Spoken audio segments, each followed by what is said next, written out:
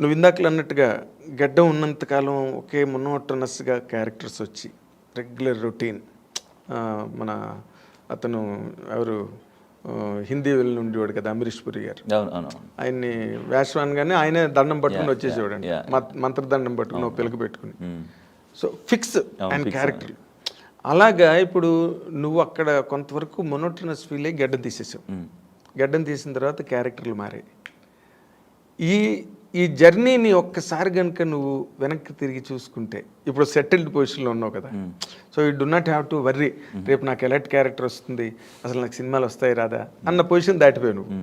అన్ని సినిమాల్లో ఉంటున్నావు, ప్రతి పెద్ద హిట్ సినిమాలో కూడా. ఇప్పుడు ఆ ఒక్కసారి ఆ జర్నీని కనుక వెనక్కి తిరిగి చూసుకుంటే నీకు ఈరోజు ఏమనిపిస్తుంది శత్రు? You are a lucky fellow or a talented fellow? I think luck అయితే డెఫినెట్గా ఉంది సార్. దాంతో పాటు మై సాక్రిఫైసెస్ కూడా ఉన్నాయి సార్. నేను చాలా సినిమాలు వదిలేసుకున్నాను. ఎలా అంటే కొన్ని అలా రెగ్యులర్ సార్. ఇప్పుడు ఫర్ ఎగ్జాంపుల్ నేను పుష్ప చేశాను సార్, పెద్ద హిట్.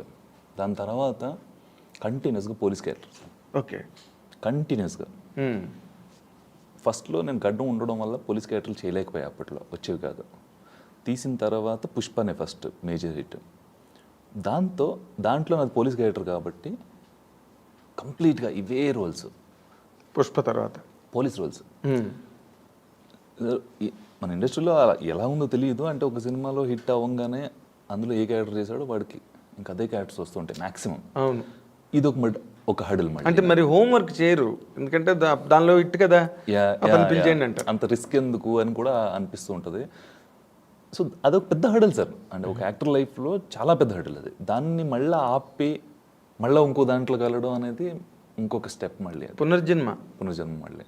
సో చేశాను సార్, వచ్చినాయి కొంతవరకు నాకు అనిపించింది చాలా బాగుంది క్యారెక్టర్ అని. పోలీస్ క్యారెక్టర్ మళ్ళీ అది ఉగ్రం, ఇంకా చాలా చేసా, అలా యశోద చేసా. మళ్ళీ నాకే బోర్ కొట్టేసింది. మళ్ళీ అమ్మో ఏంటిది అన్ని పోలీస్ క్యారెక్టర్లు చేస్తున్నానని టక్కన వెలిగింది నాకు. So okay. హిందీలో ఇఫ్తికర్ నుండి వాడు, ఆయన పోలీస్ డ్రెస్ ఆయన ఇంట్లోనే ఉండేది. ఇలా అయిపోతుంది సార్ పరిస్థితి. అలా ఆ పొజిషన్ మళ్ళీ నాకు రావద్దు అని చెప్పి ఇమీడియట్గా కొన్ని వదిలేసుకున్నాను సార్, చాలా వదిలేసుకున్నాను.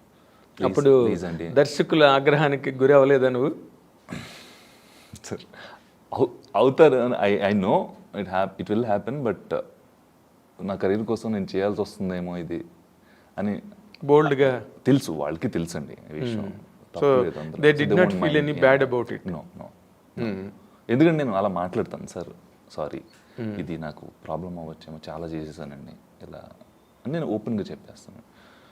సో దాని తర్వాత నేను చాలా సినిమా వదులుకొని చాలా ఖాళీగా ఉండిపోయాను. నాకు సరే ఇది నా కెరియర్లో జరుగుతుంది, నేను ఏదైనా చేంజ్ కావాలనుకున్నప్పుడు నేను ఖాళీగా ఉంటున్నా. అవునా? చేంజ్ కావాలనుకున్నప్పుడు ఖాళీగా ఉంటున్నా, ఎందుకంటే that is the routine sir. ఇంకా మనం ఏం చేయలేం దానికి. నేను అప్పుడు డిసైడ్ అయ్యాను ఖాళీగా ఉన్నా పర్లేదు కానీ I don't want go in a way which is like very common. అంత కాస్టింగ్ అంతా ఒకేలాగా వెళ్ళడం ఇది నాకు నచ్చలేదు. సో అప్పటి నుంచి డిసైడ్ అయిపోయాయి, ఇంకా లేదు, కొత్తగా ఎంచుకుందాం, కొత్తగా చేద్దాం. ఇప్పుడు అశోక్ గల్లాది ఒక సినిమా చేస్తాను. అశోక్ గల్లాది దాంట్లో నేను కామెడీ చేస్తున్నాను. నువ్వు ఇందులో చేసింది కామెడీగా? అది అంటే ఖుషీలో అది ఒక kind of comedy, subtle, very subtle. ఇది ఇంకొక యాంగిల్లో ఉంటుంది సార్ ఇది. సో నన్ను డైరెక్టర్లు అలా చూడగలుగుతున్నారు. I'm very lucky, really I'm very lucky. అవును, నాకు ఖుషి రిలీజ్ అవ్వకముందే అది కమిట్ అయ్యాను నేను. అవునా? యా. సో అంటే నా మీద ఒక ధైర్యం ఉంటుంది కదా సార్, ఇటు చేయగలడు ఇది అని. సో అలా పడడం. ఈ సినిమా తర్వాత, ఖుషి తర్వాత ఇంకొకసారి మళ్ళీ ఖుషి పేరు ఎత్తుతాను నేను. ఈ సినిమా తర్వాత మాత్రం నువ్వు ఎన్ని క్యారెక్టర్ చేయగలవు, వ్యారీడ్ క్యారెక్టర్స్, వెర్స్టైల్ ఆర్టిస్ట్ నువ్వు అన్న ఒక ఇంప్రెషన్ అయితే మాత్రం మొత్తం ఇండస్ట్రీకి, అవతల ప్రేక్షకులకి కూడా కలిగింది. Thank you sir. కలిగింది. నాకు శివగారు ఏదో చెప్పేవారు లొకేషన్లో కూడా, డార్లింగ్ నువ్వు ఈ సినిమా రిలీజ్ అయ్యాక నువ్వు ఏ క్యారెక్టర్ని చేయగలుగుతావు అని నమ్ముతారు, అప్పుడు నీకు ఓపెన్ అవుతుంది, డిఫరెంట్గా ఛానల్ ఓపెన్ అవుతాయి, కొత్త క్యారెక్టర్లు పడడం, అప్పుడు నువ్వు ఎంజాయ్ చేస్తావు. నువ్వు వద్దన్నావా ముందేమైనా సరే ఇలాంటి క్యారెక్టర్ అని? సార్ అసలు ఇంపాసిబుల్. ఓకే, నేను వెయిటింగ్ సార్ దీనికోసం, ఇలాంటిది నేను చెయ్యాలి సార్. సినిమాలో చెప్పాలంటే మేజర్ పోర్షన్ కాదు, యాక్చువల్లీ చెప్పాలంటే ఖుషీలో క్యారెక్టర్ మేజర్ పోర్షన్ కాదు. అవును, చిన్న క్యారెక్టర్ ఒక బ్లాక్లో వస్తుంది. అయినా నేను చేయడానికి రెడీ అయిపోయా. ఎందుకు అంటే there is something different in this role. I have to prove. పెద్ద క్యారెక్టర్లు వచ్చినప్పుడు మనం ఎలాగో డిఫరెంట్ కాదు అసలు, కంప్లీట్ ఎవే కంప్లీట్ అవే. ఏవే బొట్టు గట్టు పెట్టుకుని శంకర శాస్త్రి గారిలా తయారు. సినిమా రిలీజ్కి ముందు చాలా మందికి చెప్పా, అరే చాలా డిఫరెంట్ క్యారెక్టర్ చేస్తున్నా. ఐ వాజ్ సో ఎక్సైటెడ్ అనమాట. ఓకే, డిఫరెంట్గా చేస్తున్నా ఇట్లా. ఐ వాజ్ సో ఎక్సైటెడ్, అందరికీ చెప్పేసా. అదేలే, కానీ ఎవరు నమ్మలే ఇంత డిఫరెంట్గా ఎంత డిఫరెంట్గా ఉంటుందని అనుకుని ఉంటారు. అదేలే, జోక్ ఏంటంటే సార్, నేను చాలా మందికి ఇట్లా చెప్పా. ఖుషీలోనే ఉన్నా. ఖుషీలో ట్రైలర్ రిలీజ్ అయింది అప్పుడు, నా షార్ట్లో వేయలేదు అందులో కావాలని. ఓ ఏంటి ఆ ట్రైన్ ఫైట్లో ఉన్నావా ఏంటి, నువ్వు అక్కడ ఉన్నావా, ఆ ఫైట్లో ఉన్నావా, హీరోని కొడతావా ఇదా అంటే ఐ వాజ్ వెరీ హ్యాపీ ఆ రిప్లైలు వస్తున్నప్పుడు. అంటే అలా ఎక్స్పెక్ట్ చేస్తున్నాను నన్ను సినిమా. నేనున్నాను అంటే ఆ ఫైట్లో ఉన్నా, ఇక్కడున్నా, అక్కడున్నా డిఫరెంట్గా. బట్ ఇది ఎవరు ఎక్స్పెక్ట్ చేయలేరు. ఇది ఎవరు ఎక్స్పెక్ట్ చేయలేరు. ఎందుకంటే ఇప్పుడు నువ్వు చేసే క్యారెక్టర్లో ఏదైనా కొంచెం వేరియేషన్ ఉన్నది ఎక్స్పెక్ట్ చేస్తారు, కానీ ఇది కంప్లీట్గా వేరే.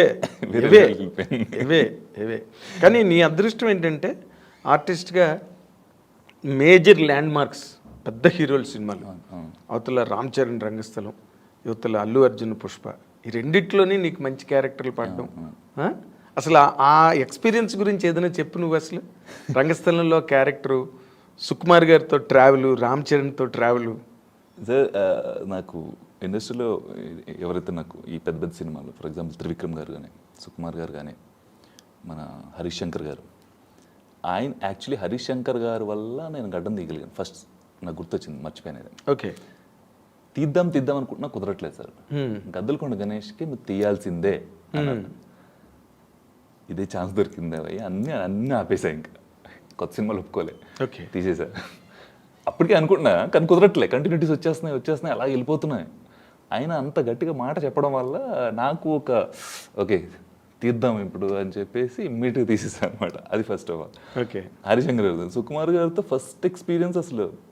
ఆయన చాలా ఇంటెలిజెంట్, అది ముందు నుంచి మనకు తెలుసు సార్. నేను ఆడిషన్ ఇచ్చా యాక్చువల్లీ రంగస్థలంకి. నన్ను సెలెక్ట్ చేస్తారు, మంచి రోల్ అని చెప్పారు. బట్ ద ఫస్ట్ డే ఆయన్ని కలవంగానే ఆయన ఒక ఫ్రెండ్ లాగా అనిపించారు. Is so friendly. అంటే ఇంకా సుకుమార్ సార్ చాలా గల్లిబుల్గా ఉంటాడు. చాలా అండి. అంటే తనకుండే ఆ intelligent, intellectual, most creative, genius అనే ఒక ఇమేజ్కి చాలా డిఫరెంట్గా, గల్లిబుల్గా, ఏదో మామూలుగా మాట్లాడేస్తారు. ఒక డైరెక్టర్ లాగా ఉండవు అసలు. సో ఆయనతో ఎక్స్పీరియన్స్ అసలు మనం ఏదైనా ఎక్స్పెరిమెంట్ చేసుకోవచ్చు సార్. ఆయనతో ఎలాగైనా ఎక్స్పెరిమెంట్ చేసుకోవచ్చు. ఓకే, అది ఆయనకి అంటే అట్లీస్ట్ ఆయన ఒక ఛాన్స్ ఇస్తారు, ఎక్స్పెరిమెంట్ చూద్దామని. అది నచ్చితే పెట్టేస్తారు. ఫర్ ఎగ్జాంపుల్ రంగస్థలంలో నాకు ఇట్లా తిప్పుకుని ఉంటా, హెయిర్ తిప్పుకుంటూ ఉంటా. అవును, అది ఆయనే చెప్పారు. బట్ నేనే ఇనిషియేట్ చేసా, సార్ ఏదైనా చేయాలి సార్, ఏదైనా మేనరిజం ఏదైనా పెడదాం అంటే ఆలోచించి చెప్తా అన్నారు. తర్వాత ఒకరోజు సడన్గా వచ్చి ఇట్లా తిప్పు, అది ఆ తిప్పుడు కూడా ఎమోషన్ బేస్డ్ ఉంటుంది. నార్మల్గా సైలెంట్గా ఉన్నప్పుడు ఇట్లా తిప్పుకుంటావు. అవును, ఎక్కువ కోపం వచ్చింది అనుకో ఎక్కువ తిప్పేస్తా. అవును. సో ఆయనతో బాగుంటుంది వర్కింగ్, చాలా బాగుంటుంది. ఈవెన్ త్రివిక్రమ్ గారు కూడా, ఆయన కూడా సో ఫ్రెండ్లీ. అరవింద సమేతలో సూపర్ క్యారెక్టర్ సార్ అది. అవును, ఫస్ట్ ఫ్రెండ్స్ ఫోన్ చేశారు అప్పుడు ఆ టైంలో.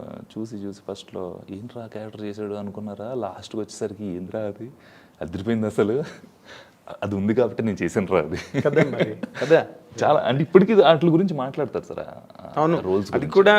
అరవింద సమేత కూడా అంత బాగా ఫేర్ చేయకపోయినా సినిమాగా, బట్ త్రివిక్రమ్ మార్క్ ఆ సినిమాలో ఉంటుంది కాబట్టి ఎగ్జాక్ట్లీ వాచబుల్గా ఉంటుంది. ఈవెన్ సీతారామంలో కూడా సార్, మీరు ఫస్ట్ ఓల్డ్ లుక్ వస్తుంది నా షార్ట్. అవును, అది ఎవరో ఎక్కడో చూసినట్టుంది అని ఒక థాట్. ఫస్ట్ ఒక్క క్షణం అనిపిస్తుంది. సో నా లక్ అదే ఇందాక మనం మాట్లాడుకున్నప్పుడు, నేను ఎవ్రీ ఫిల్మ్లో ఒక్కొక్క గెటప్ ఇవ్వడానికి ట్రై చేస్తాను సార్. సిమిలర్ లుక్ ఉండకూడదు ఎక్కడ, అంటే అన్నీ మనం చేయలేం, బట్ మ్యాక్సిమం. ఇప్పుడు చంద్రముఖి 2 చేశాను సార్. దాంట్లో ఒక very important role. Okay, I can't share it, ఎందుకంటే అది కొంచెం అలాంటి క్యారెక్టర్ అది. సో అదొక కింగ్ రోల్, అది అలా ఉంటుంది. ఇప్పుడు ప్రతి సినిమాలో ఏదో మీసం పెట్టడం, హెయిర్ పక్క కనడం, లేకపోతే మంచి స్టైలిష్గా కనబడడం, ఇట్లా ఏదో ఒకటి చేద్దాం అనేసి ఇప్పటివరకు కూడా ఐఎమ్ సో హ్యాపీ దట్ నాకు డైరెక్టర్ కూడా అలాగే యాక్సెప్ట్ చేస్తున్నారు. నీ లుక్ చేసుకో, ఎట్లా బాగుంటుందో చూద్దాము అని. అదృష్టం సార్, చాలా నిజంగా చెప్పాలంటే.